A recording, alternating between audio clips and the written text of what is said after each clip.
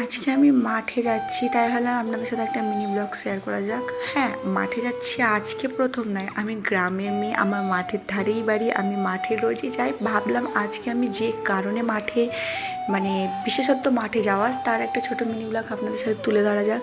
আপনারা হয়তো আমার সোশ্যাল মিডিয়ার লাইফটা দেখেছেন, কিন্তু সোশ্যাল মিডিয়ার বাইরেও আমার একটা জগৎ আছে, একটা লাইফ আছে, যেটা আমি তুলে ধরি না কোনো দিনই। তো আমি ছোটো ছোটো মিনি ব্লগ করছি, ভাবছি এবার থেকে আমি তার কিছু কিছু ক্লিপ আপনাদের সাথে শেয়ার করব, যাতে আপনারাও বুঝতে পারেন যে হ্যাঁ, আমি একটা গ্রামের মেয়ে।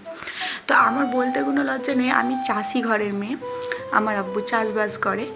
তো আজকে আমি তারই একটা ছোটো ক্লিপ শেয়ার করব, যে আমি প্রায়ই মাঠে আসি। কিসের জন্য আসি? আমার আব্বুকে খাবার দিতে। তো আব্বু সকাল সকাল মাঠে চলে আসে, ধানের সময় ধান চাষ করতে, আলুর সময় আলু চাষ করতে। এখন আলুর সিজন, তো আব্বু এসেছে আলু তোলার জন্য মাঠে।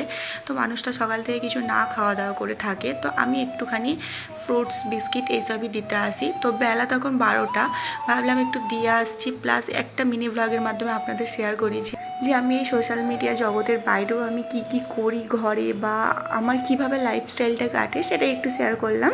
তো আশা করবো আমার মতো এরকম অনেক মেয়ে আছেন যারা গ্রামে থাকেন আর এরকমভাবে লাইফ কাটান।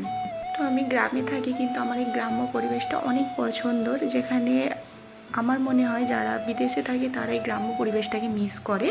তো যাই হোক, আমাদের গ্রামের এটা মূল আকর্ষণ জিনিস, যেটা হচ্ছে আম বাগান। এটা জাস্ট সামনের জিনিসটা ক্যাপচার করেছি, পেছুতে বিরাট বড় আম বাগান।